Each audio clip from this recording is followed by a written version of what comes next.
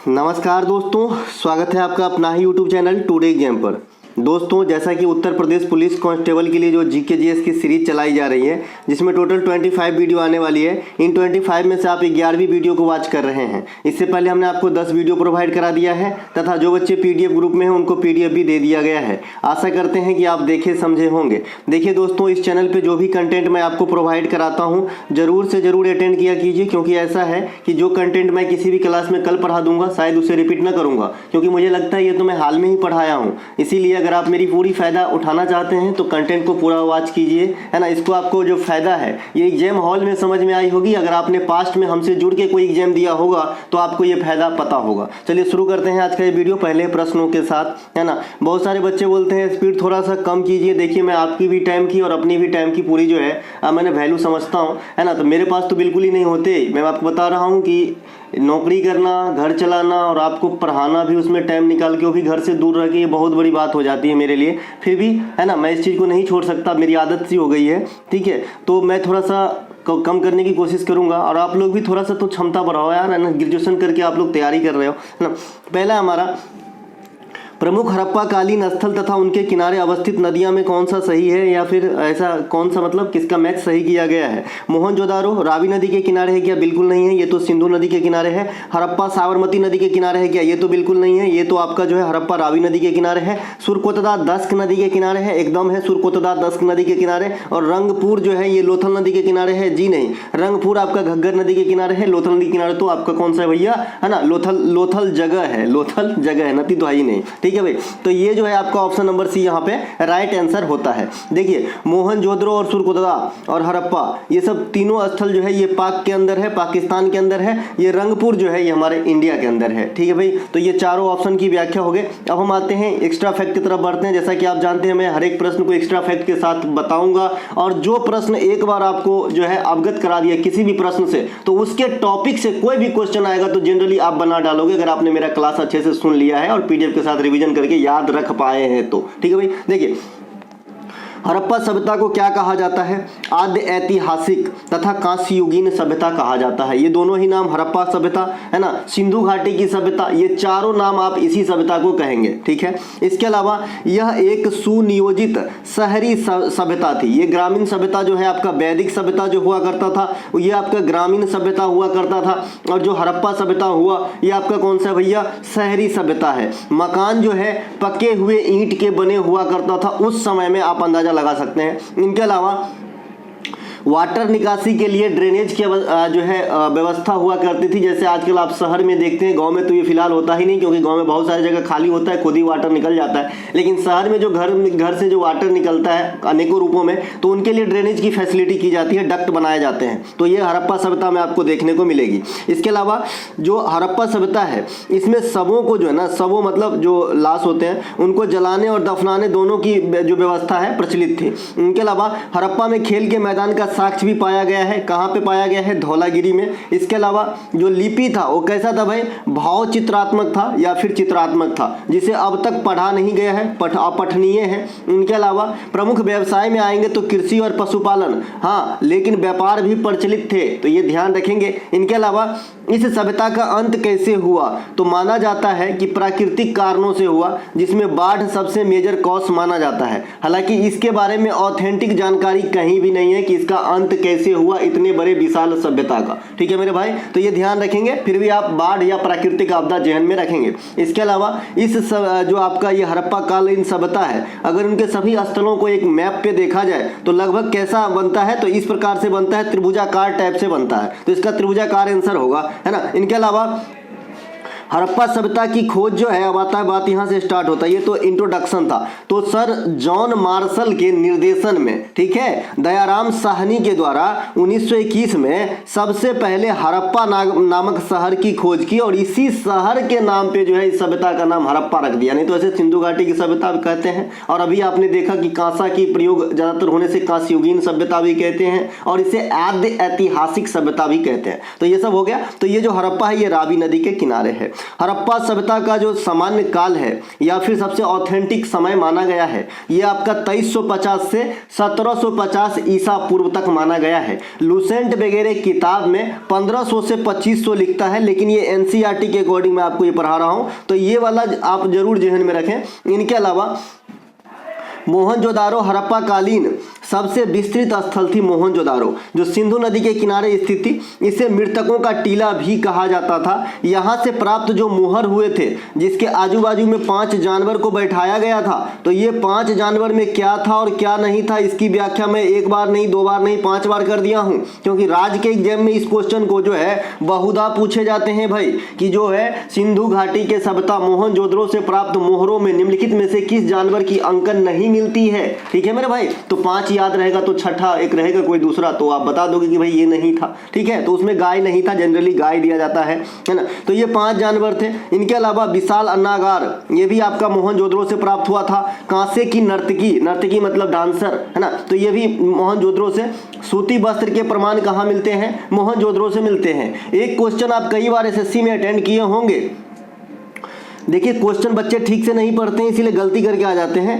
Question इस प्रकार से रहता है कि कपास की खेती सर्वप्रथम कहाँ देखने को मिली, या कपास की खेती की साक्ष्य सबसे पहले कहाँ मिली। बच्चे नीचे गुजरात देखता है, फट से टक कर देता है, या महाराष्ट्र की भाई यहाँ मिलता है, कपास की खेती होती है, लेकिन वो सर्वप्रथम शब्द को भूल जाता है। तो जो सबसे पहले कपास की प्रमाण मिली थी खेती का, ये आपका हड़प्पा सभ्यता से ही मिला था, तो ये बात भी ध्यान रखेंगे। इसके अलावा हड़प्पा कालीन भारतीय स्थल दैमाबाद, ये कहाँ पे है? ये महाराष्ट्र में है। ये हड़प्पा काल की सबसे दक्षिणी स्थल है ना।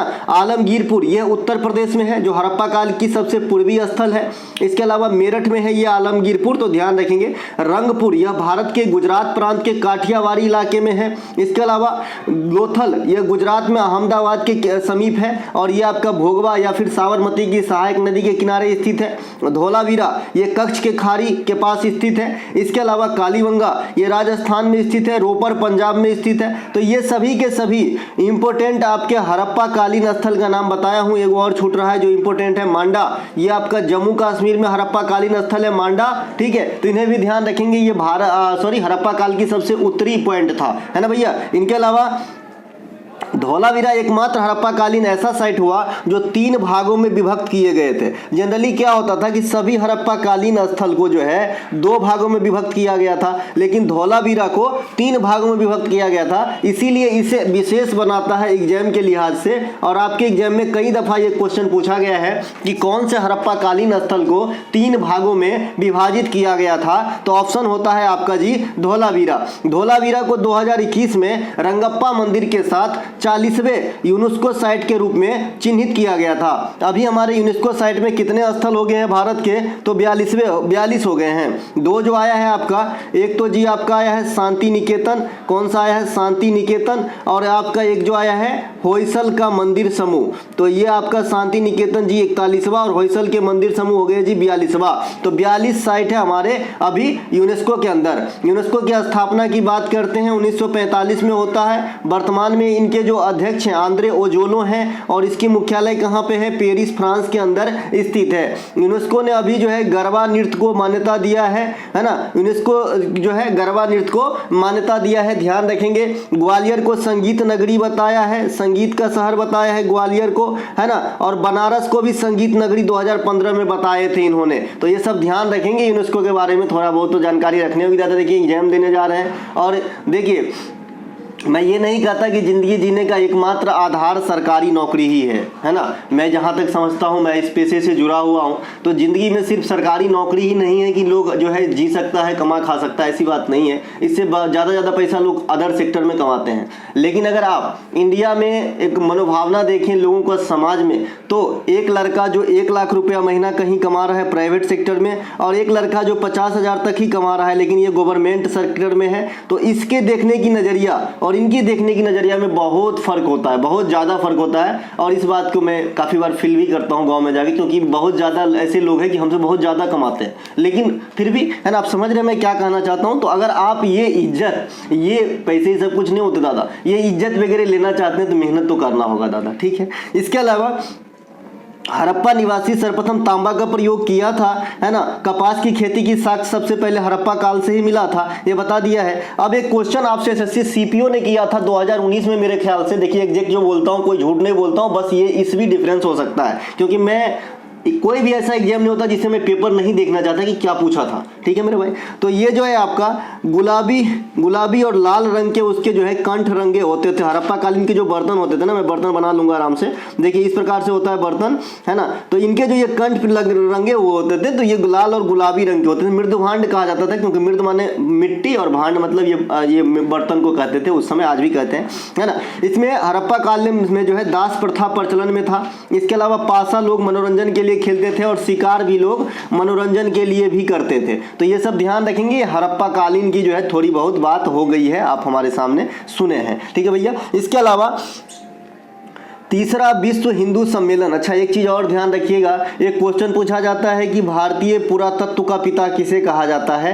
तो भारतीय पुरातत्व का पिता जो है अलेक्जेंडर कनिंघम को कहा जाता है, इसे ध्यान रखना है, ठीक है, अलेक्जेंडर कनिंघम को। तीसरा विश्व हिंदू सम्मेलन कहाँ आयोजित किया गया है, ये 2023 में करंट सेक्शन की है। आप उत्तर प्रदेश की एग्जाम देने जा रहे हैं, ये क्वेश्चन काफी इंपोर्टेंसी रखती है। तो तीसरा विश्व हिंदू सम्मेलन जो है ये आपका बैकांक में किया गया है। कहाँ पे भैया, बैकांक में किया गया है, ठीक है। इसके अलावा पहला वर्ल्ड हिंदू कांग्रेस 2014 दिल्ली में आयोजन करवाया गया था। 2018 इसे शिकागो में करवाया गया, शिकागो अमेरिका में है। ये वही शिकागो है जहां 1893 में विवेकानंद साहब जो है भाषण दिए थे और जो है अमर हो गए एक हिसाब से। इनके अलावा तीसरा विश्व हिंदी सम्मेलन, है ना, तीसरा विश्व हिंदू यहाँ पे लिखिएगा हिंदू, ठीक है, ये हिंदी नहीं है, ये हिंदू है ना। तीसरा विश्व हिंदू सम्मेलन जो है के तरफ से, भारत की तरफ से योगी आदित्यनाथ पधारे थे, माननीय मुख्यमंत्री उत्तर प्रदेश, तो ये तो और इंपोर्टेंसी रखता है। इसके अलावा मोहन भागवत, समझ रहे हैं कौन है ये, आरएसएस से जुड़े हुए हैं, तो ये भी पधारे थे, तो ये ज्यादा इंपोर्टेंट हो जाता है आपकी एग्जाम के लिहाज से। इसके अलावा छठा हिंद महासागर सम्मेलन 2023 ये कहाँ पे हुआ है, बांग्लादेश के अंदर हुआ है। बांग्लादेश की जो पीएम है शेख हसीना, ये इसकी अध्यक्षता संभाली थी। पीएम शेख हसीना के बारे में क्या हो गया कि ये किसी भी देश में, जितना भी दुनिया में देश है ना, उनके सबसे अधिक समय तक जो है कार्यभार संभालने वाली महिला प्रमुख है ये, ठीक है। महिला में सबसे अधिक दिन तक जो है प्रमुख रहने वाली ये महिला बन गई है शेख हसीना, तो ये भी रिकॉर्ड इनके नाम है, ध्यान रखिएगा।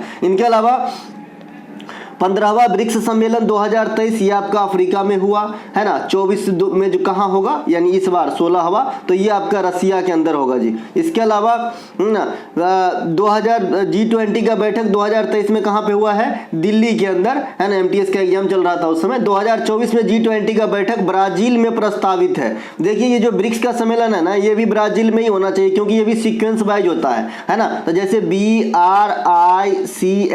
है ना, ये आपका ब्राजील, रसिया, इंडिया, चाइना, साउथ अफ्रीका, तो साउथ अफ्रीका हुआ तो अब ब्राजील में होना चाहिए, लेकिन ब्राजील में ना होकर रसिया में हो रहा है, इसीलिए VVI बनता है, आपके एग्जाम में पूछा जाएगा। क्योंकि जो बच्चे सिर्फ ये याद किए हैं कि सीक्वेंस वाइज चलता है तो गलत हो जाएगा यहाँ पे, है ना। इनके अलावा संयुक्त राष्ट्र संघ जल सम्मेलन 2023 अमेरिका के न्यूयॉर्क में हुआ है। पहले G20 ECSWG का बैठक 2023 भारत के बेंगलुरु में हुआ है। देखिए यहाँ पे दो विरोधाभास उत्पन्न हो रहा है। आपने एक बार सर बताया G20 का बैठक 2023 दिल्ली में हुआ है, तो ये आम वाला है, जहां पे अफ्रीकी यूनियन को जो है 21वीं सदस्य के रूप में आपको जो है आपका ये दर्जा दिया गया, ठीक है। ये मतलब साधारण G20 जिसमें सभी भाग लेते हैं, लेकिन ये किसी खास मकसद के लिए G20 ECSWG, इसका फुल फॉर्म भी आपके एग्जाम में आ सकता है भाई, कोप का आ सकता है ना भाई, कोप का आ सकता है, तो इसका क्यों नहीं आ सकता बताइए ना, है ना। तो इसका फुल फॉर्म होता है environment and climate sustainability working group, है ना, ECWG, इसको VVI करके रखेंगे, इस फुल फॉर्म को आपके एग्जाम में दिखेगा ये, है ना। इनके अलावा G20 sustainable financing working group का जो बैठक हुआ है ये बनारस में हुआ है, तो ये भी पूछा जा सकता है, क्योंकि आप उत्तर प्रदेश में एग्जाम देने जा रहे हैं। देखिए मैं खंगाल के लाता हूं कि कहां से क्वेश्चन आएंगे, और लकली लगता है तो कोई चीज को हवा में न ले, समझे और याद रखें,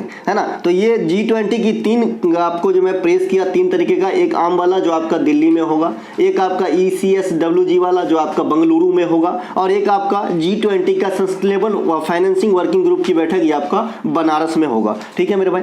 PDF के बारे में थोड़ा सा शॉर्ट में, है ना, अब मैं कहना छोड़ दिया हूं क्योंकि मैंने ज़्यादा चाहता ये सब भैया, है ना। PDF अवेलेबल है किस किस चीज़ के, SSC एग्जाम के लिए, यूपी पुलिस के लिए, बिहार SSC और SI के लिए, ठीक है। और जो भी आप एग्जाम देते हैं इंडिया में बैंकिंग को छोड़ के बाद बाकी सभी जगह मेरी पीडीएफ जो है रामबाण की तरह कार्य करेगा, कोई इशू नहीं है। पीडीएफ कैसे आप परचेज करेंगे, कैसे मिलेगा, डिस्क्रिप्शन में लिंक दिया गया है। लिंक को जैसे क्लिक करेंगे आपको व्हाट्सएप पे रिडायरेक्ट करेगा। व्हाट्सएप पे आपको पीडीएफ या हाई लिख के भेजना है। आपको उधर से एक मैसेज सेकेंडों में ग्रीटिंग मैसेज के थ्रू आएगा, उसमें आपको सारी जानकारी दी गई है ना। इसके अलावा या फिर आप इस नंबर पे डायरेक्ट व्हाट्सएप मैसेज कर सकते हैं, ठीक है। पीडीएफ में जो आपको मैसेज आएगा वापस उधर से पीडीएफ की जो वैल्यू और कौन कौन से मिलेंगे आपको, तो उसमें जो है सेम दाम वाले पीडीएफ को आप रिप्लेस करते हैं। जैसे कोई बच्चा बीएसएससी की तैयारी नहीं कर रहा है तो बीएसएससी की जगह यूपी पुलिस ले सकता है उसी कीमत पे, ठीक है। चलिए, प्रमुख संस्थान तथा उसके स्थापना वर्ष के साथ किसका मिलान गलत है। विश्व स्वास्थ्य संगठन 7 अप्रैल 1945-48 में हुआ था। विश्व व्यापार संगठन 1 जनवरी 1996-95 में हुआ था। खाद्य एवं कृषि संगठन 16 अक्टूबर 1945 एकदम सही है। भारतीय ओलंपिक संघ 12 जून 1928-27 में हुआ था। तो ऑप्शन नंबर सी यहाँ पे राइट आंसर हो गया है, ठीक है। मौखिक रूप से सबका बता दिया, अब आते हैं इसका मुख्यालय तक पहुंचते हैं, ठीक है। विश्व व्यापार संगठन की स्थापना 7 अप्रैल 1948 डब्ल्यूटीओ को जो है हुआ था। ये स्थान लिया था भैया विश्व स्वास्थ्य संगठन है, माफ कीजिएगा व्यापार वाला आ गएगा, ये आपका स्वास्थ्य संगठन, ठीक है। विश्व स्वास्थ्य संगठन की स्थापना 7 अप्रैल 1948 को हुआ था। मुख्यालय जेनेवा में स्थित है। 7 अप्रैल को हम प्रतिवर्ष विश्व स्वास्थ्य दिवस के रूप में मनाते हैं, ठीक है। जेनेवा में इंपॉर्टेंट चीज और है जो चिकित्सा वगैरह से ताल्लुक रखते हैं, ये है आपका रेड क्रॉस। रेड क्रॉस का मुख्यालय भी जेनेवा के अंदर है और इसके संस्थापक हेनरी डोनाल्ड के जन्मदिन 8 मई को हम रेड क्रॉस दिवस के रूप में मनाते हैं। कई बार शांति का नोबेल पुरस्कार भी जीत चुके हैं, इंपोर्टेंसी रखती है एग्जाम के लिहाज से। इनके अलावा विश्व व्यापार संगठन जो गैट का स्थान लिया है, यही मैं ऊपर वाले स्लाइड में पढ़ दिया था, तो गैट का स्थान लिया है। ये 1 जनवरी 1955 से डब्ल्यूटीओ आ गया है गैट को रिप्लेस करके, ठीक है। और गैट का भी मुख्यालय जिनेवा में था और डब्ल्यूटीओ का मुख्यालय भी जिनेवा में है। ये इसी प्रकार से समझिए जैसे योजना आयोग 1950 में रिप्लेस हुआ 2015 में नीति आयोग के द्वारा, इंपीरियल बैंक ऑफ इंडिया 1921 में रिप्लेस हुआ 1955 में एसबीआई के द्वारा, इसी प्रकार से आप इसे समझ लेंगे, ठीक है। ये भी रिप्लेस किया। इनके अलावा 16 अक्टूबर 1945 को खाद्य एवं कृषि संगठन FAO है ना, कई बार इसका जो है आपका फुल फॉर्म भी पूछता है, FAO है ना। तो खाद्य एवं कृषि संगठन की स्थापना जो है 16 अक्टूबर 1945 को हुआ था। ये इसका मुख्यालय आपका कहाँ पे है, रोम में है, रोम में है ना, ध्यान रखेंगे मुख्यालय भी पूछता है। इसीलिए हम 16 अक्टूबर को प्रतिवर्ष विश्व खाद्य दिवस के रूप में मनाते हैं। करेक्ट करके दिया जाएगा, रोम को रोम लिख गया है। इनके अलावा भारतीय ओलंपिक समिति का गठन सर दोराबजी टाटा के सिफारिश से या फिर प्रयास से किया गया था 1927 में और इनके प्रथम अध्यक्ष भी सर दोराबजी टाटा ही थे। वर्तमान में पीटी उषा मैडम जो है इनके अध्यक्ष हैं और प्रथम महिला अध्यक्ष भी हैं, तो ध्यान रखेंगे। इनके अलावा अगला है घटिया वस्तु के लिए मांग गिरती है जब उपभोक्ता की। भाई सिंपल सी बात है। आइए मैं एक सिंपल सा एग्जाम्पल देता हूँ। अगर आपके पास 5 रुपये है तो आप कच्चा आम चॉकलेट खाओगे। कच्चा आम भैया 8 आना में मिलता था, अब तो 1 रुपये मिलता है मेरे ख्याल में, है ना। अगर आपके पास 50 रुपये है तो आप फिर डेयरी मिल्क है ना, डेयरी मिल्क कुछ मीठा हो जाए डिमांड करते हो। तो सेम चीज है ये, घटिया वस्तु के लिए मांग कब गिरेगी, जब उपभोक्ता की इनकम में बढ़ोतरी होगी। अब उपभोक्ता हम लोग हैं तो अगर पैसा ज्यादा रहेगा तो बढ़िया चीज खरीदोगे, पैसा कम रहा तो घटिया। देखते हैं ना गांव घर में, है ना, बहुत सारे आदमी मंडी पे, मैं किसी का मजाक नहीं उड़ा रहा हूँ, एक मजबूरी भी होती है कि रात को जाते हैं मंडी पे। क्यों? क्योंकि बहुत सारे चीज का वैल्यू उनको घर जाना होता है, सस्ता कर देता है। और सस्ता करते क्यों हो गया, छांटते जो है ना छटौड़ी चीज बच जाता है, तो वो चीज जो है सस्ता मिलता है। तो यही चीज समझने वाला, कुछ भी चीज से समझिए भैया कि जब आपका इनकम बढ़ेगा तो घटिया वस्तु की मांग जो है गिरती है ना। धन की आपूर्ति से ब्याज की दरों में क्या होगा, तो गिरावट आती है। धन की आपूर्ति, अब ये धन की आपूर्ति हमारे और आपके लिहाज से बात कभी नहीं होता है। ये बात होता है कि जो आपका धन देने वाला संस्था है, बैंक में अगर बहुत ज्यादा पैसा आ जाएगा, तो लोन की जो आपका आधार मूल्य है ना, जो बेस प्राइस है जिस पे आपको लोन दिया जाता है बैंक के द्वारा, उसकी रेट कम की जाएगी। अगर पैसा है तो, अगर कम आसानी से उपलब्ध नहीं हो रहा है बैंक को पैसा, तो रेट बढ़ाएगा। तो सब चीज आपको सिंपल से सोचना है, इकोनॉमिक्स की भाषा में नहीं घुसना है, अपने हिसाब से अपने ऊपर लेके सोचना है। जैसे एक क्वेश्चन आप मैथ में बनाते हो, समय और दूरी और एक ब्लड रिलेशन बनाते हो, हमेशा अपने से सोचोगे तभी जल्दी बनेगा ब्लड रिलेशन, कि काका का नाना दादा क्या लगेगा उसका, तो अपने हिसाब से सोचो, है ना। इसीलिए यहाँ भी अपने हिसाब से सोचिए। इकोनॉमिक्स की भाषा का थोड़ा जटिल होता है। किसी वस्तु की मूल्य कम होने पर उसकी मांग बढ़ जाती है, ये आपका जो है मांग का नियम कहता है। मांग का नियम जो है सबसे पहले किसने प्रस्तुत किया था, तो आपका जो है एडम स्मिथ, जिसे इकोनॉमिक्स का पिता भी कहा जाता है, और उन्होंने वेल्थ ऑफ नेशन नामक एक पुस्तक भी लिखे थे। ठीक है, बाद में जो है अल्फ्रेड मार्शल साहब जो है मांग एवं पूर्ति का नियम दिए थे। तो दोनों अलग अलग है, मैंने आपको बताया था। मुद्रा बाजार में आसानी से उपलब्ध होने पर सामान की भाव जो है बढ़ जाती है। अगर आपको लोन बहुत ज्यादा बैंक देने लगेगा तब पैसा आपके जेब में ज्यादा होगा। अब पैसा ज्यादा होगा तो महंगा सामान खरीद लेंगे आप, और जब महंगा खरीदेंगे तो बेचने वाला तो महंगा करेगा ना। तो सामान की महंगाई बढ़ाने में मुद्रा यानी तरलता काफी अहम योगदान करता है, निभाता है। ठीक है भाई, तो ये पॉइंट में ये चीज लिखा है। हर चीज को अपने हिसाब से सोचे इकोनॉमिक्स के अंदर। इसके अलावा कोई घटिया मुद्रा जब अच्छी मुद्रा को प्रचलन से ढकेल देता है, बाहर कर देता है ना, तो ये कौन सा नियम कहता है भैया, तो ये ग्रेसम का नियम कहता है। ग्रेसम का नियम कहता है कि अच्छी मुद्रा को प्रचलन से बाहर कर देते हैं कोई भी घटिया मुद्रा। और मैंने आपको कल बताया था कि गिफन वस्तु क्या होता है, जिसपे मांग की नियम लागू नहीं होती है, गिफन वस्तु कहलाता है। रेपो रेट बढ़ने से मुद्रा की तरलता क्या होगा, बाजार में घटेगा। अब ये रेपो रेट कौन कब लगाता बढ़ाता घटाता है भैया, आरबीआई। रेपो रेट कौन सा रेट है, वह रेट है जिस पर कॉमर्शियल बैंक को आरबीआई पैसा देता है। ठीक है, तो जब पैसा कम देगा तो उसके पास पैसा कम होगा तो आपको लोन आसानी से नहीं मिलेगा। आपके जेब में पैसे नहीं होंगे, आप सामान महंगा वाला नहीं खरीदोगे और सामान की भाव जो है अस्थायित्व को प्राप्त करेगा। या फिर रेपो रेट जैसे ही बढ़ जाता है तो बाजार में जो है तरलता मतलब नोट की संख्या समझ लीजिए तो घटेगी। सिंपल सी बात है। इसके अलावा वर्ष 2023 में कुल 6 क्षेत्रों को मिलाकर कितने लोगों या संस्थाओं को जो है नोबेल पुरस्कार वितरित किए गए। आजकल एग्जामिनर बहुत आगे सोचता है, मैंने भी सोच के रखा है, थोड़ा सा गिन लीजिए। तो 12 आदमी को मिला है। 12 आदमी को, इस बार किसी संस्था को नहीं दिया गया है 2023 के लिए नोबेल, सिर्फ आदमियों को दिया गया है। देखिए 3 3 6 2 9 3 3 6 2 8 1 9 और 2 11 ही आदमी को मिला जी। 3 2 5 3 8 3 11, यहाँ पे 11 ही आदमी है जी, गलती हो गया है, माफ कीजिए। यहाँ पे 11 आदमी ही लिखिए। ठीक है, 11 आदमी होगा। अब जो मैंने कहा है कि देखिए जो 3 दूधू को मिला है, इसमें जनरली एक ऑप्शन ऐसा होता है उपयुक्त सभी, या फिर छांटने वाला रहता है कि इनमें से कोई नहीं। तो थोड़ा सा इसे अच्छे से नजर मार लीजिए कि कौन कौन से है, बाद में कि जैसे भी आप याद रख सकते हैं रख लीजिए तो अच्छा है। नहीं है तो इससे पूछे जाने की संभावना होती है 40%। नोबेल पूछे जाने की संभावना जो इकलौते हैं ना, इसकी 90% से ज्यादा संभावना होती है कि नोबेल से क्वेश्चन आएगा तो इन्हीं को पूछेगा। तो ये तीनों की तैयारी अच्छे से करके जाए। ये तीनों की तैयारी करने के लिए कोई झंझट ही नहीं है। साहित्य के क्षेत्र में जॉन फस्से को दिया गया है, नॉर्वे के रहने वाले हैं, है ना। शांति में नरगिस मोहम्मदी। इसके अलावा क्लॉडिया गोल्डन, अमेरिकी इकोनॉमिक्स में, गोल्डन मतलब सोना, और मैंने बताया था याद रखने के लिए इसकी नागरिकता कोई जरूरत नहीं है क्योंकि सोना है ना अमीर है अमेरिका, तो आप सोना भी भाई महंगा होता है, तो आप क्लॉडिया गोल्डन को याद रख सकते हो।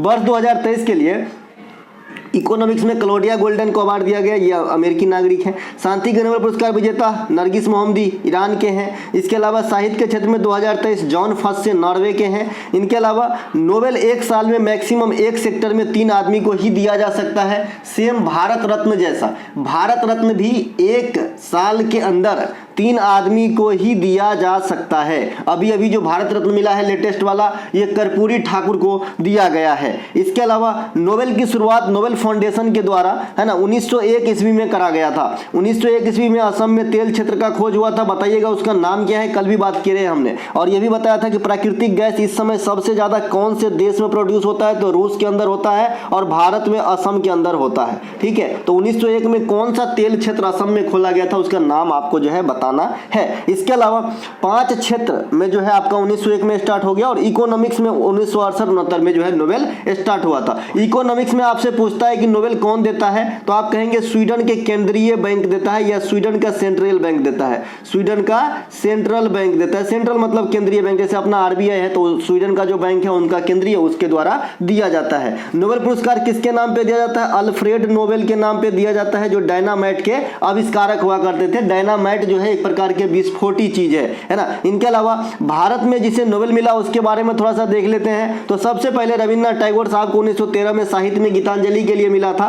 चंद्रशेखर वेंकट रमन सीवी रमन साहब को 1930 में फिजिक्स में प्रकाश के प्रकीर्णन के लिए मिला था। हरगोविंद खुराना साहब को डीएनए और प्रोटीन को कोडित करने के लिए, आपको जो है रिलेशन स्थापित करने के लिए, डीएनए के माध्यम से प्रोटीन संश्लेषण दिखाने के लिए प्रयोगशाला के अंदर हरगोविंद खुराना को, हालांकि ये पूर्णतः भारतीय नहीं लेकिन भारतीय मूल के हैं तो इन्हें मिला था। मदर टेरेसा को 1979 में, ये भारत के नहीं है लेकिन भारत की नागरिकता थी इनके पास, तो ये भारत में काउंट होंगे, तो इनको मिला था। फिर कैलाश सत्यार्थी को मलाला यूसुफजई के साथ 2014 में मिला था। अमर्त्य सेन पहले जो है आपके भारतीय जो इकोनॉमिक्स में नोबेल प्राप्त किए, और अभिजीत बनर्जी भी 2019 में इकोनॉमिक्स के अंदर नोबेल पुरस्कार प्राप्त किए थे अपनी पत्नी डेफ्लो एस्टर के साथ, है ना। तो इस प्रकार से जो है ये भारतीय जिन्हें नोबेल पुरस्कार दिया गया है। 2023 के अंत तक उत्तर प्रदेश के विधानसभा में अध्यक्ष कौन है? देखिए उत्तर प्रदेश के विधानसभा में अध्यक्ष जो है वर्तमान में सतीश महाना है। कौन है भैया? सतीश महाना है। उत्तर प्रदेश विधानसभा में कुल कितने सीट है? 304। पहले कितना हुआ करता था?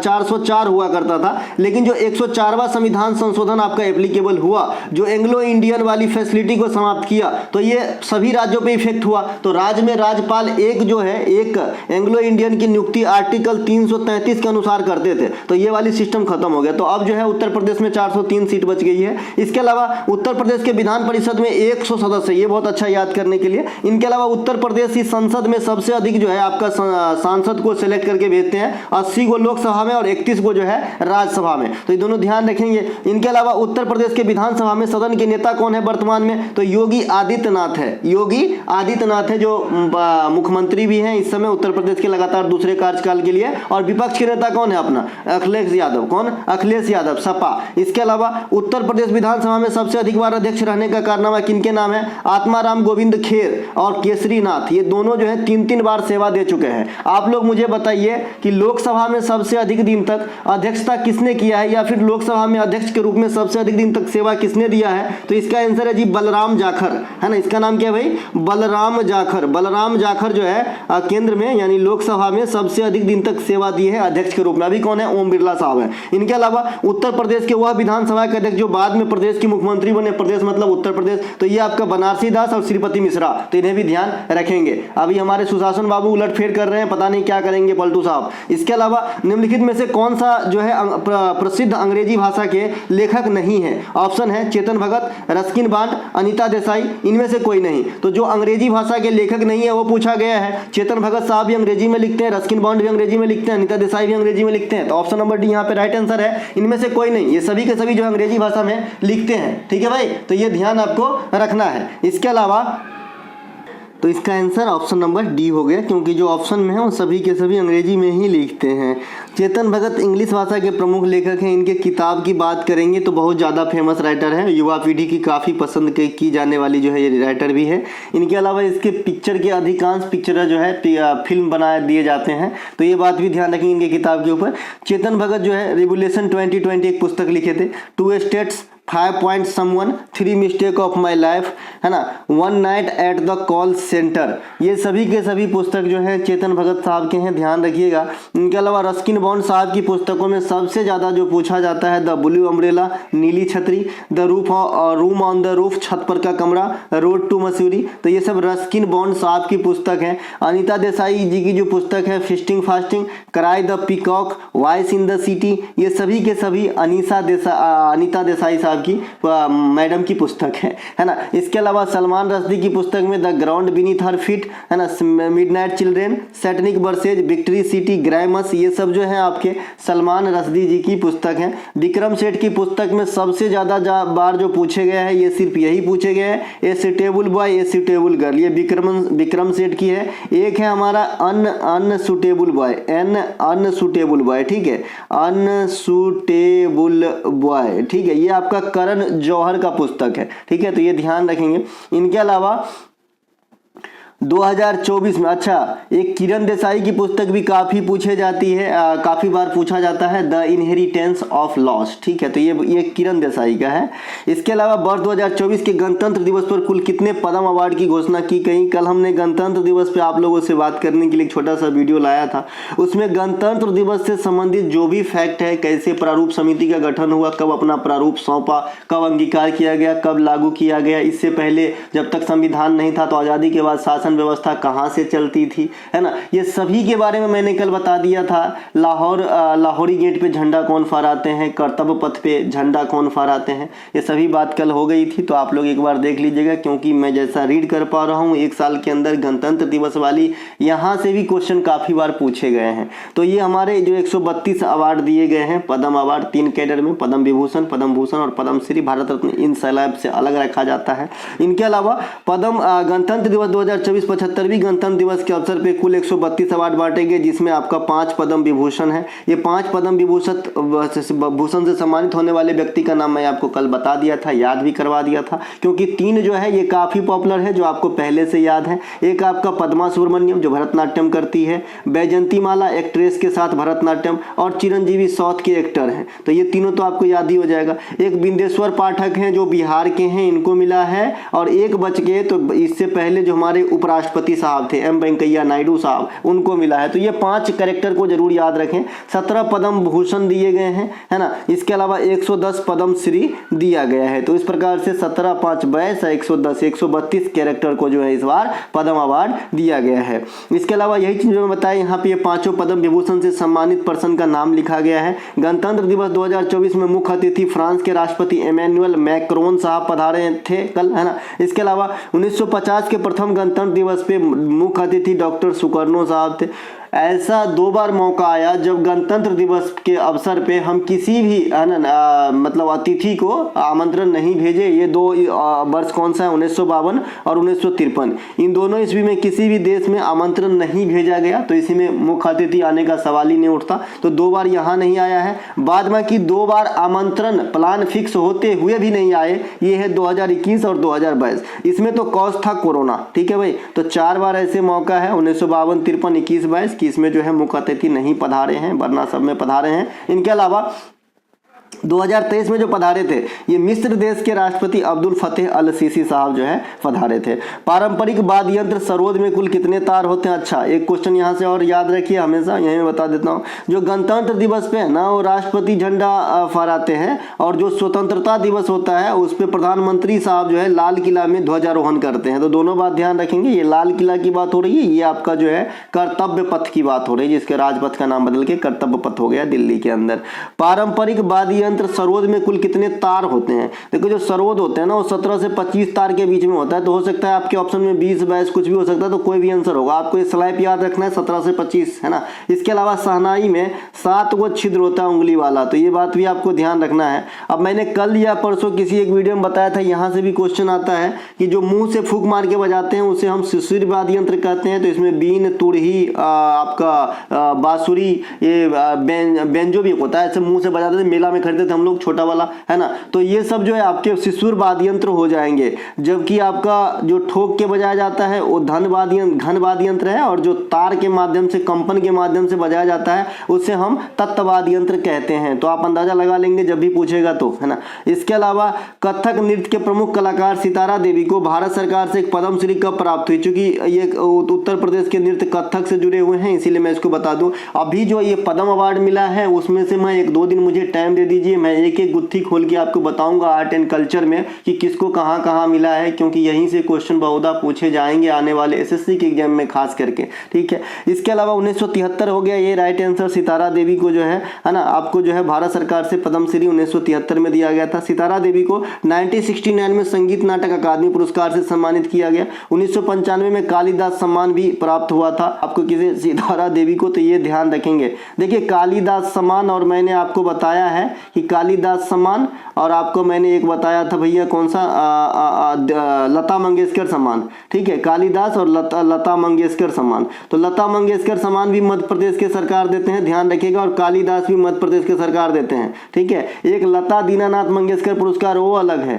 सिर्फ लता मंगेशकर पुरस्कार अलग है ना, ध्यान रखिए। इसके अलावा सितारा देवी का मूल नाम क्या था भैया? धनलक्ष्मी, है ना, धनलक्ष्मी नाम था इसका मूल नाम, है ना, सितारा देवी मैडम की। इनके अलावा नालिनी कमालिनी अस्थाना, इनको भी जो है आपका हाल में आपका कुछ कथक के लिए पद्मश्री मिला 2022 के अंदर, तो इन्हें भी ध्यान रखेंगे। पंडित बिरजू महाराज सबसे मजे हुए, तो ये आपके 1986 में पद्म विभूषण से सम्मानित किए गए थे, कथक नृत्य के गुरु हैं ये। शोभना नारायण 1992 में पद्मश्री से सम्मानित की गई, और ये जो है पंडित बिरजू महाराज जो है शोभना नारायण के ये हुआ करते थे, मतलब क्या, गुरु, ठीक है। इसके अलावा कथक नृत्य का प्रणेता ठाकुर प्रसाद को भी माना जाता है। कथक नृत्य को आगे ले जाने के श्रेय में पंडित बिरजू महाराज वगैरह का भी अहम योगदान है। इसके अलावा कथक नृत्य को जो है संरक्षण दिया गया था अवध के नवाब वाजिद अली के काल में, ठीक है। तो ये सभी बात जरूर ध्यान रखेंगे। कथक नृत्य पूछता है उत्तर प्रदेश या उत्तर भारत, आप बता के आना है। इनके अलावा एलोसोम क्या होता है? आपने कई बार सुना होगा भाई एलोसोम और ऑटोसोम सुने होंगे, है ना। तो ये आपका लिंग गुणसूत्र होता है एलोसोम। देखिए इस चीज को मैं पहले ही बता चुका हूं, लेकिन आज प्रॉपर उसके जो है आपका मतलब बायोलॉजी के लैंग्वेज में बताना चाहता हूं, क्योंकि मेरे लैंग्वेज में तो क्वेश्चन नहीं पूछेगा ना। ये चीज तो मैं आप समझा ही दिया चुका हूं कि भाई 22 + x जो है ना, पहले से आपका रहता है 22x + x ये रहता है, और यहाँ पे जो चीज आएगा, जो गुणसूत्र, वो डिसाइड करेगा आपका लिंग बच्चा का कैसा होगा, ठीक है। तो ये तो मैं बता ही दिया हूँ। इसी चीज को जो है बायोलॉजी की भाषा में पढ़ते हैं, तो हम सबसे पहले इसका आंसर देखते हैं। एलोसोम को हम क्या कहते हैं? लिंग गुणसूत्र कहते हैं। देखिए गुणसूत्र क्या होता है कि मानव के अंदर 46 होता है ना। तो 46 जो होता है ना, तो जो 22 जोड़ी होता है, 22 जोड़ी, ये गुणसूत्र जो है दोनों में समान होता है। 23वीं जोड़ी जो आता है, तो ये पुरुष के अंदर X भी है और Y भी है, लेकिन महिला के अंदर दोनों X है। तो महिला किसी भी कंडीशन में हमेशा X गुणसूत्र ही देंगे। पुरुष पे अलग अलग आ जाता है कि भाई ये X देते हैं तो अलग बच्चा होगा, Y देंगे तो अलग बच्चा होगा। X देगा तो उत्पन्न होने वाली जो है बच्ची होंगी, मतलब लड़की होंगी, और अगर Y डोनेट होता है तो फिर लड़का पैदा होगा। तो ये जो है आपका यही चीज को यहाँ पे बताया गया है। जैसे मैं आपको समझाती हूँ, आप समझ गए होंगे। मैं आगे निकलता हूँ। अच्छा, जो 22 कॉमन जोड़ी है गुणसूत्र, इसे क्या कहा जाता है? तो इसे हम ऑटोसोम कहते हैं। क्या कहते हैं भाई? ऑटोसोम कहा जाता है कॉमन जोड़ी वाले गुणसूत्र को। इसके अलावा अंतिम वाले को एलोसोम कहा जाता है। यहाँ पे आपको यहाँ पे यही चीज लिखा गया है जो मैंने अभी बताया है। इसके अलावा जीन शब्द का प्रयोग सबसे पहले जोहानसन ने किया था। जीन, है ना, आनुवांशिक में जीन पढ़े होंगे आप। इसके अलावा आनुवांशिकी का पिता जो है ना, ये ग्रेगरी मेंडल को कहा जाता है। तो दोनों बात अलग याद रखिएगा। ग्रेगरी मेंडल को आनुवांशिकी का पिता कहा जाता है। जोहानसन ने जीन की उत्पत्ति की थी, जून शब्द की खोज की थी। डीएनए का डबल हेलिक्स मॉडल जो है ये वाटसन एवं क्रिक ने खोजा था। आर्थर कोनबर्ग ने इसे जो है संश्लेषित किया था प्रयोगशाला में, और डीएनए को प्रोटीन के साथ संश्लेषण दिखाया था हरगोविंद खुराना ने। तो ये सभी के सभी बात आपको ध्यान रखना है, ठीक है। इसके अलावा तुलसीदास का जन्म उत्तर प्रदेश के किस जिले में हुआ है? तो भाई तुलसीदास का जन्म उत्तर प्रदेश के कासगंज जिला में हुआ। कहाँ पे? कासगंज में हुआ। अमीर खुसरो का जन्म पटियाली कासगंज में हुआ था। अमीर खुसरो को हम भारत का तोता कहते हैं, तो ये ध्यान रखेंगे। महात्मा बुद्ध की मृत्यु उत्तर प्रदेश के कुशीनगर में हुई। अंतिम समय जो है अपना किसके संरक्षण में गुजारे थे? तो मल्लों के संरक्षण में, मल्लू महाजनपद। इनके अलावा बुद्ध ने अपना प्रथम उपदेश सारनाथ में दिए थे, ये भी उत्तर प्रदेश में है। उत्तर प्रदेश में चकबंदी की शुरुआत मुजफ्फरनगर जिला में हुआ था। चकबंदी, है ना, आजकल एक चकबंदी लेखपाल की पोस्ट भी होती है उत्तर प्रदेश के अंदर, है ना। इनके अलावा उत्तर प्रदेश की सबसे बड़ी जिला है जी लखीमपुर खीरी। सबसे छोटा बता चुका हूं, बताइएगा कौन सा है सबसे छोटा उत्तर प्रदेश की जिला आपका जो है क्षेत्रफल के हिसाब से। जैन धर्म के चतुर्थ तीर्थंकर अभिनंदन नाथ का जन्म अयोध्या में हुआ था। देखिए कहीं ना कहीं ये सब चीज भी जो है आपका धार्मिक चीज से जुड़ा हुआ है, और एक कह सकते हैं कि संजोगी है। रामचंद्र की जन्म भी अयोध्या में, और ये भी देखिए ये भी जैन धर्म से अभिनंदन दास, इनका भी जन्म जो है ओरिजिन अयोध्या ही माना जाता है। अमीर खुसरो अभी आपने देखा, तुलसीदास, ये सब जो है बड़े बड़े अयोध्या में उत्तर प्रदेश में जन्म लिए। अयोध्या में नवनिर्मित एयरपोर्ट का नाम, इसे जरूर पूछा जाएगा, इसीलिए महर्षि वाल्मीकि एयरपोर्ट जरूर ध्यान रखिएगा। अयोध्या में मणि पर्वत भी स्थित है, तो इसे भी ध्यान रखेंगे। अयोध्या को पहले फैजाबाद कहते थे, ये तो आप जानते ही होंगे, और अभी मंदिर का उद्घाटन हो जाने के बाद एक पर्यटन स्थल का हब बन गया है, बन जाएंगे आने वाले समय में। तो यूपी वाला एकदम बल्ले बल्ले है भाई, जीडीपी में पहला स्थान पे भी आ सकता है मेरे ख्याल में, अगर 10 साल तक अगर और देखें हम लोग तो। इसके अलावा दो अक्षांशों के बीच की दूरी लगभग कितने किलोमीटर होती है? तो 111.6 किलोमीटर होती है, लेकिन आपको लगभग बता रहा हूं, तो 111 किलोमीटर आप जहन में रखिएगा, ठीक है। 180 डिग्री देशांतर को अंतर्राष्ट्रीय तिथि रेखा कहा जाता है। 82.5 डिग्री पूर्वी देशांतर पे भारत स्थित है ग्रीनविच की तुलना में। ग्रीनविच 0 से स्टार्ट होता है, इधर उधर, तो हम पूरब में है 82.5 डिग्री, है ना, 82.5 डिग्री पूर्वी देशांतर में हम लोग, है ना, इंडिया ग्रीनविच की तुलना में। तो ग्रीनविच किस देश में है? तो ये है इंग्लैंड में, यूके के अंदर है। 1 डिग्री की अगर गैप हो तो समय में कितना गैप होता है? 4 मिनट का गैप होता है। इसीलिए हमारा भारत का समय जो है ब्रिटेन के समय से यानी ग्रीनविच के समय से 5.5 घंटा आगे चलता है, क्योंकि 82.5 को हम 4 से गुना करेंगे, 330 मिनट, 330 मिनट का मतलब 5.5 घंटा।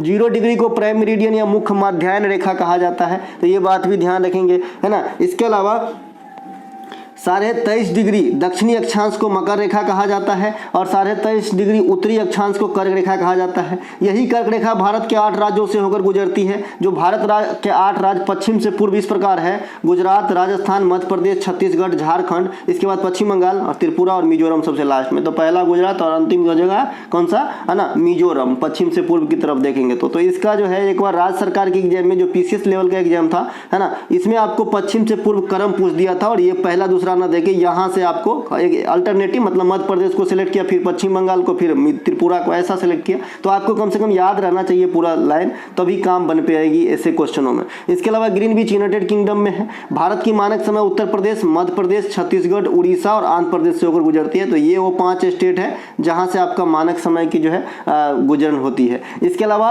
राष्ट्रीय खाद्य सुरक्षा मिशन किस वित्तीय वर्ष में शुरू की गई थी? तो राष्ट्रीय खाद्य सुरक्षा मिशन जो है ये 2007-2008 में जो है शुरू किया गया था। राष्ट्रीय बागवानी मिशन आया था, ये 2005 में स्टार्ट किया गया था। ये प्राचीन जो है आपका योजना है, यहाँ से भी क्वेश्चन आती है। अन्नपूर्णा योजना वगैरह भी याद रखना है, काम के बदले अनाज भी याद रखना है, ट्राइसेम यूज रखना है, ड्वाकारा याद रखना है, जवाहर रोजगार योजना याद रखना है, नरेगा याद रखना है। ये सब प्राचीन में जरूर याद रखना है, बाद में जो नया वाला चल रहा है वो तो याद हो ही गया है आपको।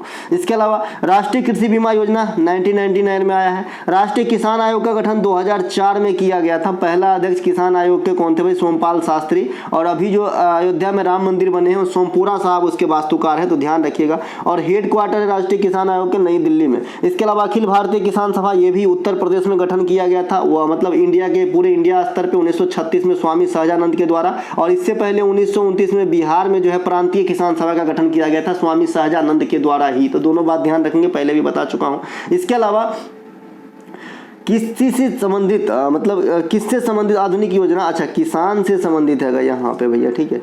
किसान से संबंधित जो भी लेटेस्ट योजना चल रहा है, जिसमें सबसे ज़्यादा पॉपुलर है, सबसे ज़्यादा नाम कमाया है, सबसे ज़्यादा फायदा होता है किसानों को इसमें, ये किसान सम्मान निधि योजना है। ये गोरखपुर से स्टार्ट किया गया था 2019 में। इसके तहत किसानों को 6,000 रुपये की राशि 2,000 गुने 3 बार दिया जाता है, ठीक है। 2,000 गुने 3 टाइम 4 मंथ के अंतराल पे, यानी 12 मंथ में 3 बार 2,000 रुपया, 6,000 रुपये की राशि दी जाती है। विश्व स्तर पर हरित क्रांति के जनक डॉक्टर नॉर्मन बोरलॉग है और भारत स्तर पर हरित क्रांति के जनक जो है MS स्वामीनाथन है। तो दोनों को ध्यान रखिएगा। हरित क्रांति सबसे अधिक जो है गेहूं पर असर डाला था। हरित क्रांति का मुख्य उद्देश्य है अच्छे किस्म की खाद बीज का इस्तेमाल करके जो है खाद्यान्नों की पैदावार में बढ़ोतरी लाना, और काफी हद तक सक्सेस हुआ। अगर ये नहीं आया होता तो समझिए आज भी आधा पेटी खा रहे होते, समझ लें, एकदम सही बात बता रहे हैं भैया, ठीक है। इसके अलावा वनडे क्रिकेट में जहां इसकी फायदा है वहां घाटा भी है, ये बात भी समझिएगा, क्योंकि अगर आप कोई चीज बहुत ज्यादा शॉर्टकट अपनाते हो तो इसका घाटा भी होता है। इसीलिए जो भी आप उर्वरक वगैरह यूज करते हो ना, उसकी घाटा भी है अपनी। इसके अलावा वनडे क्रिकेट में सबसे 13,000 रन बनाने का रिकॉर्ड किसके नाम है? तो विराट कोहली के नाम है भैया। 13,000 रन सबसे फास्ट बनाए इन्होंने, है ना, 13,000 रन। और पहले मैंने इस क्वेश्चन को आपको बताया था कि वनडे क्रिकेट में चौथा सबसे अधिक रन बनाने वाला हो गया कुमार संगकारा को 5वें स्थान पे धकेलते हुए, लेकिन अब ये तीसरा सबसे ज्यादा रन बनाने वाले क्रिकेटर हो गए हैं वनडे क्रिकेट में। तो ये बात भी आपको ध्यान रखना है। अब ये रिकी पॉन्टिंग को भी आगे ढकेल दिया है, ठीक है भाई। तो इससे जो 2 धुरंधर है महान, ये सिर्फ माफ कीजिएगा, ये जयसूर्या को ढकेला था जब ये चौथा स्थान हासिल किया था। अब जब ये तीसरा स्थान हासिल किया है तो रिकी पॉन्टिंग को आगे ढकेला है, ठीक है। संगकारा 2 नंबर पे एज इट इज बना हुआ है, सचिन 1 नंबर पे एज इट इज रहेंगे अभी बहुत दिनों तक, ठीक है। तो अब विराट कोहली वनडे क्रिकेट में सबसे अधिक शतक लगाने वाले खिलाड़ी हैं 50। ये 49 शतक जो आपका सचिन का था उनका रिकॉर्ड तोड़ा न्यूजीलैंड के खिलाफ वर्ल्ड कप के दौरान। इसके अलावा थर्ड सबसे अधिक वनडे इंटरनेशनल रन बनाने वाले खिलाड़ी हैं सचिन तेंदुलकर और संगकारा के बाद। तीसरा हो जाएगा बीरटू और चौथा हो जाएगा रिकी पॉन्टिंग, 5वां हो जाएगा भैया संगकारा, ठीक है। और सॉरी कौन है भैया, श्रीलंका के ये जयसूर्या, ठीक है भैया, टकलू है ना जिसमें बाल उठ गए हैं। इसके अलावा भारत के लिए वर्ल्ड कप में सबसे अधिक विकेट लेने वाले मोहम्मद शमी साहब हो गए। ये मोहम्मद शमी को जो है अर्जुन अवार्ड दिया गया है, लेटेस्ट वाली एकमात्र क्रिकेटर है ये। भारत के लिए सबसे तेज 150 विकेट लेने वाले स्पिनर अब कुलदीप यादव बन गए हैं। देखिए मजाक में कितना बड़ा कारनामा ये भी किए हैं। इनके अलावा कुतुबुद्दीन ऐबक के द्वारा बनाया गया 2.5 दिन का झोपड़ा वास्तव में क्या है? अब भाई 2.5 दिन का झोपड़ा ऐसा मुझे लग रहा है कि 2 और आधा झोपड़ा है, ऐसा नहीं है, ये कोई कुट्टी नहीं है, ये मस्जिद है। क्या है भैया? एक मस्जिद है। 2.5 दिन का झोपड़ा कौन बनवाया है? तो ये कुतुबुद्दीन ऐबक ने बनवाए थे, ठीक है। कुतुबुद्दीन ऐबक ने 2.5 दिन का झोपड़ा का निर्माण अजमेर में करवाया था, और अजमेर में ही आपका मैं कल एक क्वेश्चन पूछा था परसों, सिर्फ रवि ने जवाब दिया है। तो बहुत बहुत धन्यवाद रवि ने, आपने ये जवाब दिए भैया। कौन सा क्वेश्चन मुझे अभी याद आ रहा है, हाँ, कि चिश्ती चिश्ती संप्रदाय की शुरू किसने किया था इंडिया में, ऐसा माना जाता है। तो चिश्ती संप्रदाय की शुरूकर्ता जो है शेख मोइनुद्दीन चिश्ती है, और ये मोइनुद्दीन चिश्ती का दरगाह जो है अजमेर में है। भर दो झोली वाला गीत आपने सुना होगा। इनके अलावा कुतुबुद्दीन ऐबक ने कुतुब मीनार की नींव रखी, लेकिन नींव रखने के बाद ऊपर चले गए 1210 में, है ना। तो इल्तुतमिश ने इसे पूर्ण करवाया। सल्तनत के प्रथम शासक जिन्होंने 1206 में गुलाम या ममलूक वंश की स्थापना की है कुतुबुद्दीन ऐबक ही है। ऐबक की मृत्यु घोड़ा से गिरकर चौगान खेलते समय हुआ था। हजरत बल मस्जिद इंडिया में है, जम्मू कश्मीर के अंदर है। यहाँ पे पैगंबर साहब का जो है बताया जाता है कि बाल सुरक्षित रखे गए हैं, है ना। अब तो हम देखे नहीं हैं, लेकिन हो सकता है तो इसे जरूर याद रखें, क्योंकि इसी लैंग्वेज में क्वेश्चन पूछ चुका है एसएससी, लेकिन ये ईस्वी बहुत पुराना है, 2014 में ये क्वेश्चन पूछा गया था। इसके अलावा बंगाल की खाड़ी वास्तव में समुद्र है। बंगाल की खाड़ी जो है ये क्या है, तो ये वास्तव में समुद्र है, ठीक है। एनटीपीसी 2016 4 अप्रैल को जो हुआ था, एनटीपीसी 2016 में, उसमें ये प्री में पूछा गया था। देख लीजिएगा क्वेश्चन, अगर किसी के पास बैंक है तो, है ना, 4 अप्रैल में पूछा गया, ठीक है भैया। इसके अलावा इल्तुतमिश द्वारा निर्माण किया गया हौज सुल्तानी वास्तव में क्या है, तो ये बहुत बड़ा जलाशय था जो इल्तुतमिश ने निर्माण करवाया था, ठीक है। इनके अलावा किस वर्ष में उत्तर प्रदेश की राजधानी आगरा से इलाहाबाद स्थानांतरित हुई थी, तो यह 1858 में हुई थी, है ना। उत्तर प्रदेश में स्वतंत्रता के पूर्व बंगाल प्रेसिडेंसी के अधीन था। उत्तर प्रदेश स्वतंत्रता के पूर्व जो है उत्तर प्रदेश बंगाल प्रेसिडेंसी, पहले 3 को प्रेसिडेंसी बहुत चलता था,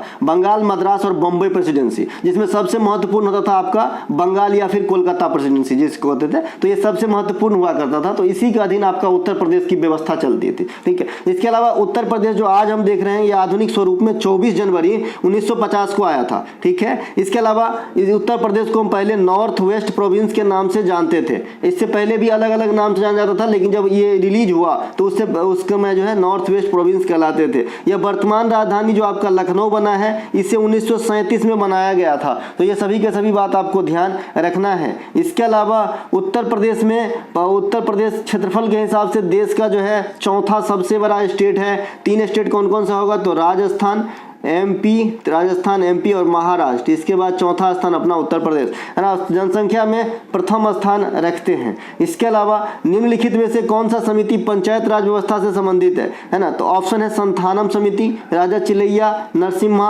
आबिद हुसैन। तो ऑप्शन नंबर 1 यहाँ पे राइट आंसर हो जाएगा। संथानम समिति जो है ये पंचायती व्यवस्था से संबंधित है। अब आते हैं पंचायती व्यवस्था से और कौन कौन से समितियां संबंधित है, तो संथानम समिति, बलवंत राय मेहता समिति, अशोक मेहता समिति, सिंघवी समिति, सादिक अली समिति, भीके राव समिति, ये सभी के सभी जो है पंचायती व्यवस्था से संबंधित है। पंचायत की शुरुआत 1959 में राजस्थान के नागौर से हुआ था। वर्तमान समय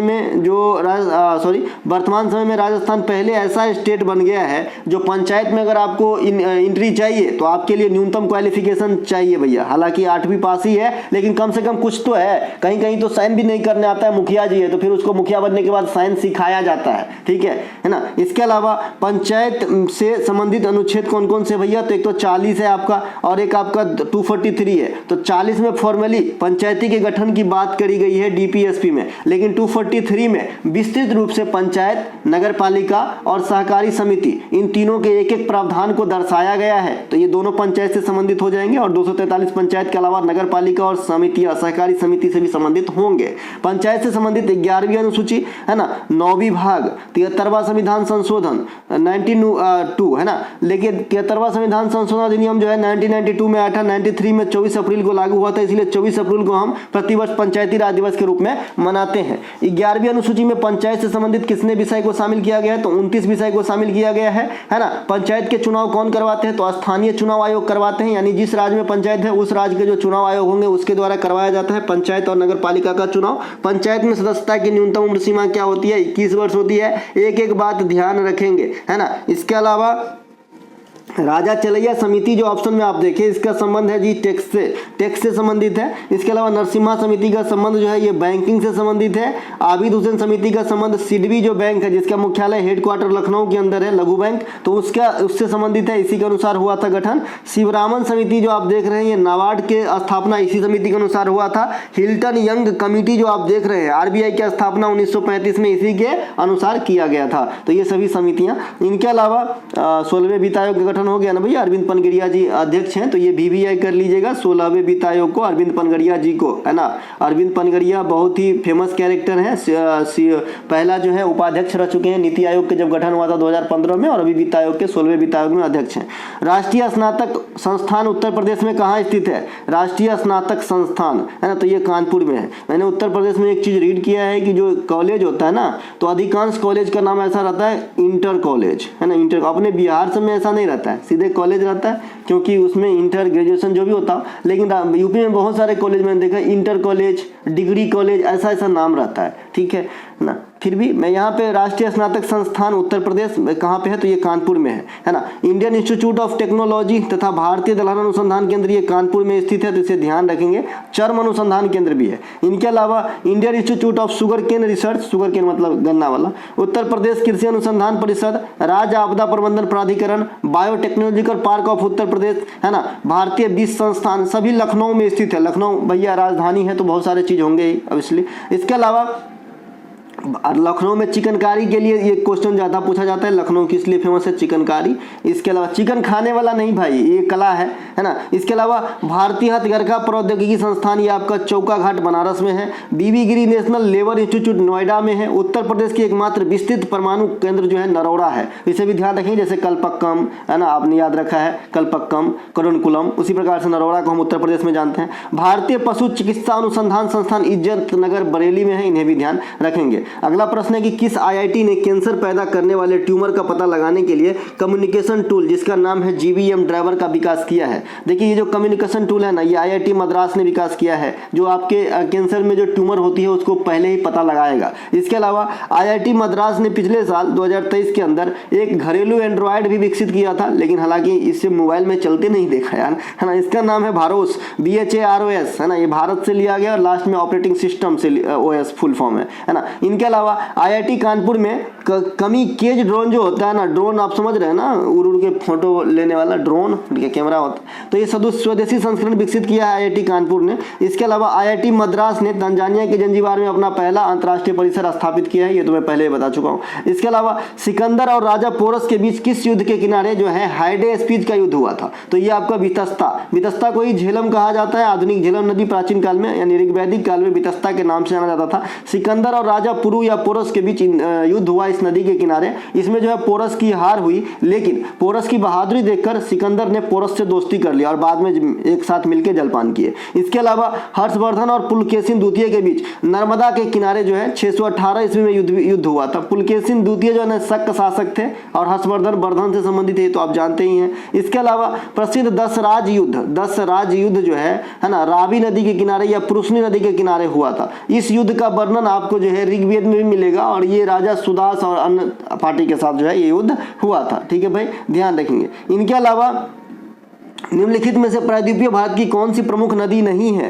पेनिनसुलर इंडिया सबसे पहले जानना जरूरी है कि पेनिनसुलर शब्द ऐसे चीज को कहते हैं जो तीन तरह से जो है जल से घिरा हो और एक साइड से जो है स्थल से घिरा हो। तो जो पेनिनसुलर इंडिया है ये वाली पोर्शन है, ये तीन साइड देखिए, यहाँ खाली ये स्थल थोड़ा सा, ये तीनों जल है और स्थल इधर है खाली। ठीक है, तो ये पेनिनसुलर इंडिया है। तो ये कौन सी नदी नहीं है पूछ रहा है, तो नर्मदा, ताप्ती, गोदावरी, फल्गु नदी नहीं होगा। यहाँ पे right answer option number D है, बाद बाकी नर्मदा, ताप्ती, गोदावरी। देखिए नर्मदा भी अगर पूरब की तरफ बहता ना, तो ये भी पेनिनसुलर इंडिया में नहीं आता, क्योंकि ये एमपी से निकल रहा है, एमपी से निकल रहा है। और एमपी अगर आप नक्शा पर देखें तो यहाँ पर ही है, अगर इधर न बह के इधर बहता तो ये भी पेनिनसुलर इंडिया से बाहर हो जाता, लेकिन ये बहता है उल्टा, इसीलिए पेनिनसुलर इंडिया की नदी हो गई, है ना। तो ये आपका हो गई, लेकिन फल्गु नहीं हुआ। फल्गु आपको जो है बिहार में बहती है। ठीक है भाई, तो ये ध्यान रखेंगे। प्रद्वीपीय शब्द का यहाँ पे मैंने मेंशन कर दिया हूँ कि अर्थात तीन तरफ से जल से घिरा हुआ और एक तरफ से स्थल से, उसे पेनिनसुलर या प्रद्वीपीय कहते हैं। प्रद्वीपीय भारत में बहने वाली प्रमुख नदियों में गोदावरी, कृष्णा, कावेरी, ये 1 नंबर, ये 2 नंबर और ये 3 नंबर जो है वरीयता के क्रम पे, विस्तृतता के आधार पे जो है नदियां हैं प्रद्वीपीय भारत की। ठीक है, नर्मदा, ताप्ती, घाट प्रभा, माल प्रभा, ये सभी प्रद्वीपीय भारत की नदी में काउंट होंगे। प्रद्वीपीय भारत की अधिकांश नदियां जो है पश्चिम से पूर्व की ओर बहती है, लेकिन है ना जो नर्मदा और ताप्ती है ये उल्टा बहता है ना, और ये आपका जो है पूर्व से पश्चिम की तरफ बहती है और ये अरब सागर में ये दोनों गिरती है। जो उल्टा बहती है ये दोनों के दोनों अरब सागर सागर में गिरती है, ठीक है। और ये भ्रंश घाटी है ना, रिफ्ट वैली को भी फ्लो करती है। तो ये तीनों बात इसके बारे में जरूर ध्यान रखेंगे। बाद में कि नर्मदा का जो है ओरिजिन भी पूछता है, तो ये आपका अमरकंटक मध्य प्रदेश जो मैकाल रेंज के पर्वत है वहां से निकलता है, वहां से सोन भी निकलता है। तो सोन पुवारी साइड चलने लगता है, जो आपका बिहार में आरा के पास जाके गंगा में समा जाती है, ठीक है। और ये आके अरब सागर में गिरती है, कौन सा, नर्मदा। इसके अलावा प्रायद्वीपीय भारत में सबसे बड़ी नदी द्रोणी गोदावरी की है, और इंडिया में सबसे बड़ी नदी द्रोणी गंगा की है। तो दोनों बात ध्यान रखेंगे। इनके अलावा गोदावरी प्रायद्वीपीय भारत की सबसे बड़ी नदी है, इसे दक्षिणी गंगा कहा जाता है। मैंने बताया था कि दक्षिण की गंगा कहेगा तो कावेरी, और खाली दक्षिणी गंगा कहेगा तो गोदावरी। इसके अलावा इसका उद्गम नासिक के समीप त्र्यंबकेश्वर के पास से होती है और बंगाल की खाड़ी में गिरती है। प्रायद्वीपीय भारत की नदियां जो है हिमालय नदियां से अधिक पुरानी है। यहाँ से क्वेश्चन राइज हो चुका है एग्जाम के अंदर।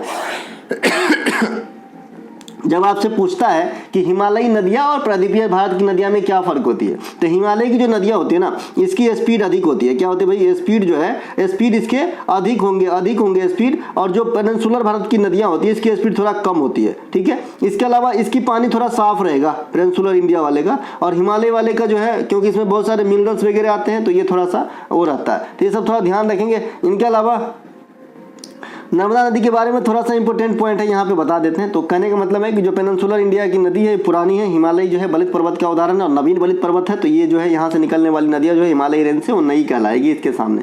इसके अलावा नर्मदा नदी के बारे में थोड़ा सा देखते हैं। यह प्रायद्वीपीय क्षेत्र की सबसे बड़ी और पश्चिम में बहने वाली नदी है।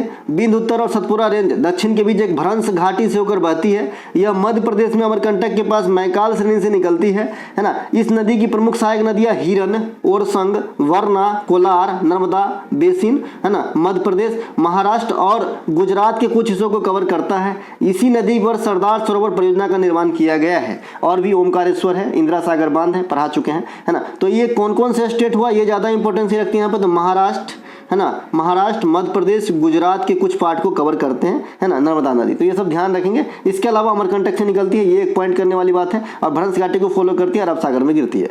हिमालय प्रणाली की नदियां बर्फ से पिघलने और वर्षा दोनों से जल स्रोत प्राप्त करती है, इसीलिए यह 12 नदी है। 12 मतलब कभी नहीं सूखता है, हमेशा जल रहता है, ठीक है। लेकिन पेनिनसुलर इंडिया जो है कभी कभी सूख भी जाता है, कोई कोई नदियां, सब नहीं सूखते लेकिन जनरली सूख जाते हैं। ये नदियां अपनी पहाड़ी मार्ग में भी आकार की घाटी का निर्माण करते हैं, रैपसीड और झरने बनाती है। मैदानों में प्रवेश करते समय समतल घाटी, गोखुर झील, बाढ़ के मैदान और नदी के मुहाने के पास डेल्टा बनाना इसकी विशेषता है ना। हिमालयी नदियां प्रायद्वीपीय भारत की नदियों से कम पुरानी है, कम पुरानी। यहाँ पे दो चीज़ क्या हो सकता है, यहाँ पे एजुकेशन। हिमालयी नदियाँ प्रायद्वीपीय भारत की नदियों से कम पुरानी अर्थात जो है नई है। कम पुरानी अर्थात नई है, सही बात है भाई। कम पुराना है मतलब नया है। पेनिनसुलर इंडिया की नया जो है नदी जो है पुराना है इसके सामने, हिमालय नदी के सामने। यही चीज़ यहाँ पे लिखा गया है, ठीक है, ध्यान रहेगी, एकदम रहेगी। चलिए आगे चलते हैं। हिमालय नदी डेल्टा बनाता है, ये चीज़ यहाँ पे लिखा है ना। लेकिन नर्मदा ताप्ती डेल्टा नहीं बनाता है, ध्यान रखिएगा। इसके अलावा भारतीय उपमहाद्वीप में सबसे अधिक जजिया कर लगाने का श्रेय, सबसे पहले जजिया कर लगाने का श्रेय किसे दिया जाता है, भारतीय उपमहाद्वीप में, यानी भारत की बात हो रही है। तो ये मोहम्मद बिन कासिम को दिया जाता है। मोहम्मद बिन कासिम है ना, पहले इस्लाम मतलब आक्रमण करता थे, ये बात आपको ध्यान रखना है। पहले इस्लाम आक्रमण करता थे, जिन्होंने 712 ईस्वी में है ना, अरब कहलाते थे, मतलब अरब थे ये मोहम्मद बिन कासिम। और दाहिर का शासन सिंध पर था, सिंध मतलब पंजाब आदि के क्षेत्र। तो उस समय इन्होंने भारत पर आक्रमण किया था। ये पहले आक्रमण करने वाले हुए और विजय प्राप्त किए थे। तो इन्होंने ही सबसे पहले जजिया कर को जो है अंजाम दिया था। ब्राह्मणों पर जजिया कर लगाने वाला दिल्ली के सुल्तान फिरोज शाह तुगलक थे, तो इन्हें भी ध्यान रखेंगे, ब्राह्मण पर भी लगा दिया। जजिया कर गैर मुसलमान से तथा जकात कर जो है मुस्लिम समुदाय के लोग से लिए जाते थे उस समय में। अधिकांश शासकों ने इस कर का इस्तेमाल किया है, ठीक है। मुगल वंश में जजिया को समाप्त करने वाले शासक जो है अकबर, तो इसीलिए इसे थोड़ा अकबर महान कहा जाता है।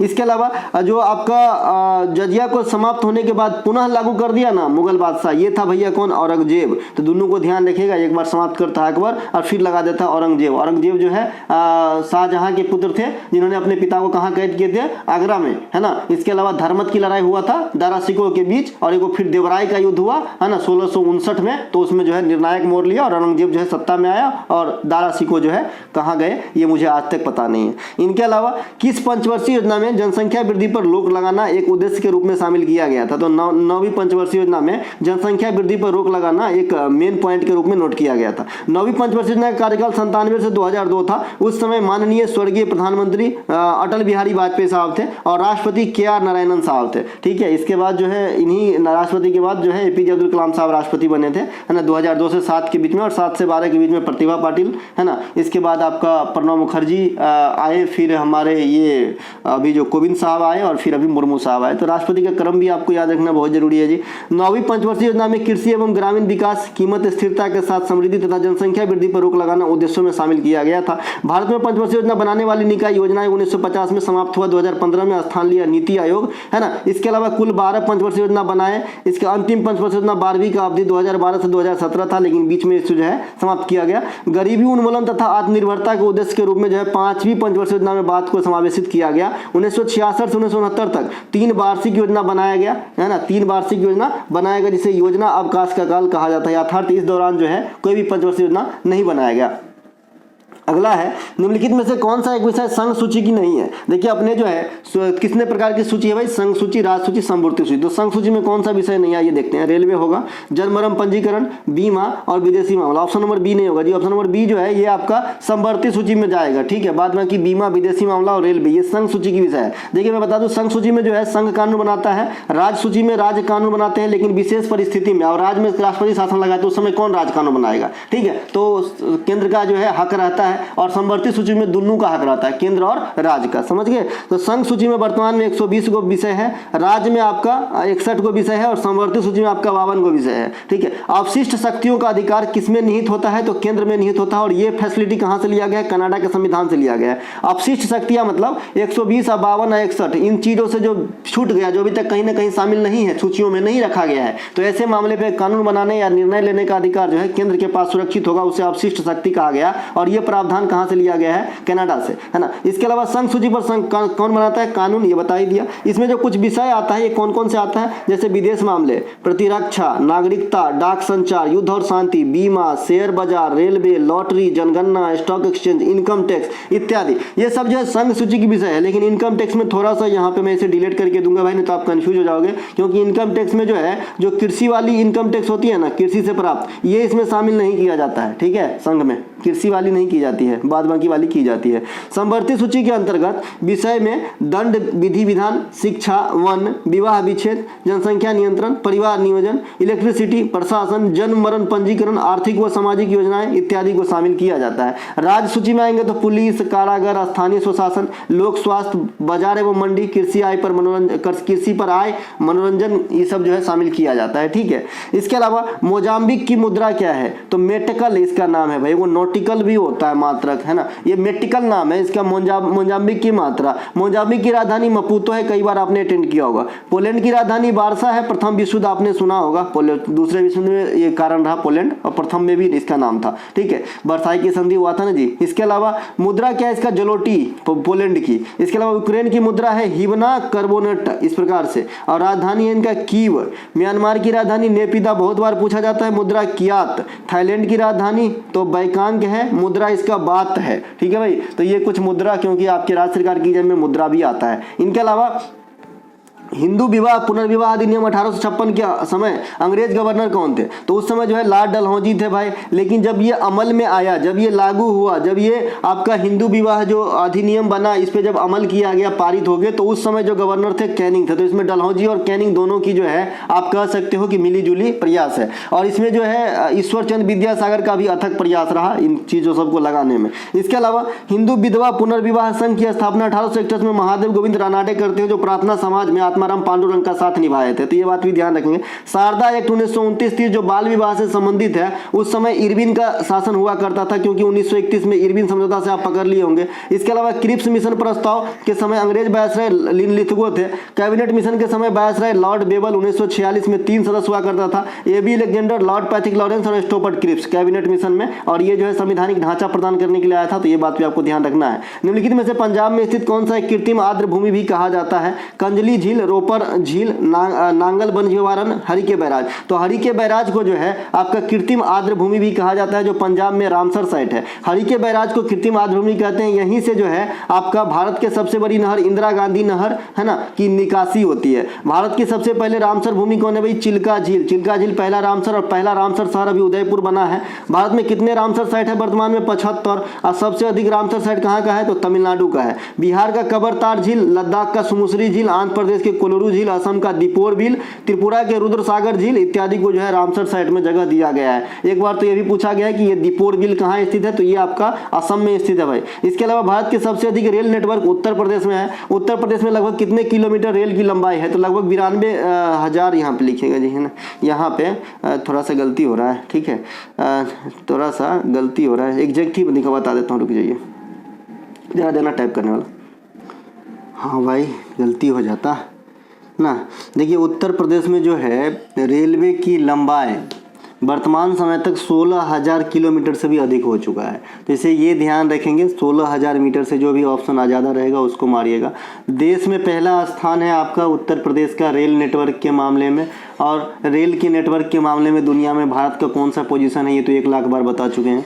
इसके अलावा उत्तर प्रदेश के अंदर जो आपका राजमार्ग की चौड़ाई है, हाईवे की चौड़ाई है, ये दूसरा सबसे बड़ा स्थान रखता है उत्तर प्रदेश महाराष्ट्र के बाद। तो ये बात भी ध्यान रखेंगे, महाराष्ट्र में सबसे अधिक हाईवे की लेंथ है, फिर दूसरा स्थान उत्तर प्रदेश के है, लेकिन रेल नेटवर्क में पहला स्थान उत्तर प्रदेश की 16,000 से अधिक मारिएगा, है ना। गलती हो जाता इसलिए चेंज करके दिया है भैया। उत्तर प्रदेश में सबसे पहले 1859 में, है ना, भारत में रेलवे की शुरुआत जो उत्तर प्रदेश में वो 1859 में, भारत में वो 1853 में डलहौजी के समय मुंबई से ठाना चली थी गाड़ी, 34 किलोमीटर की दूरी तय किया गया था। उत्तर प्रदेश मेट्रो रेल की शुरुआत 2013 के जो है पहले शुरुआत किया गया, लेकिन ये प्रोडक्शन यानी स्टार्ट हुआ 2017 में, 4 साल में बन के तैयार हुआ था, बहुत जल्दी हो गया था। वंदे भारत एक्सप्रेस भी पहली बार उत्तर प्रदेश ही पहुंची दिल्ली से, राजधानी क्षेत्र दिल्ली से बनारस के बीच चली 2019 में। तो ये थोड़ा सा रेल के बारे में उत्तर प्रदेश के लिहाज से। इनके अलावा राष्ट्रीय राजमार्ग की लंबाई, अच्छा उत्तर प्रदेश किस रेलवे जोन में आएगा ये भी तो आपसे पूछेगा, तो एनसीआर में आता है जनरली, नॉर्थ सेंट्रल रेलवे, है ना। इसके आगरा डिवीजन भी है जो उत्तर प्रदेश में है, एक आपका प्रयागराज डिवीजन है जो सबसे बड़ा डिवीजन है इसका, और एक आपका झांसी डिवीजन भी है, किसका भैया? इसी का, एनसीआर का। तो ये सब का जो है ज़्यादातर यहाँ से आता है। बाद बाकी जो बनारस वगैरह है ये बिहार के डिवीजन से भी आते हैं, वहाँ की जगह जो है ना। तो ये बात ध्यान रखेंगे। इनके अलावा उत्तर प्रदेश राज्य सड़क परिवहन की स्थापना जो है 1972 में हुआ था। उत्तर प्रदेश राज्य सेतु निगम की स्थापना 1973 में हुआ था। उत्तर प्रदेश राज्य राजमार्ग प्राधिकरण की गठन 2004 में हुआ था। देखिए ये सब क्वेश्चन VVI आते हैं, और बच्चे जनरली 100 बच्चे अटेंड करेंगे ना तो 90 को जो है गलत करके आएगा ये चीज़ों को, क्योंकि तुक्का ही मारेगा भाई, ठीक है। तो ये सब ध्यान रखें। उत्तर प्रदेश राज्य राजमार्ग प्राधिकरण का गठन 2004 में, उत्तर प्रदेश राज्य सेतु निगम की गठन 1972 में, 1973 में क्या हो गया था? उत्तर प्रदेश राजमार्ग प्राधिकरण ये आपका एक सेकंड देखिए, यहाँ से उत्तर प्रदेश राज्य सड़क परिवहन निगम की स्थापना 1972 में।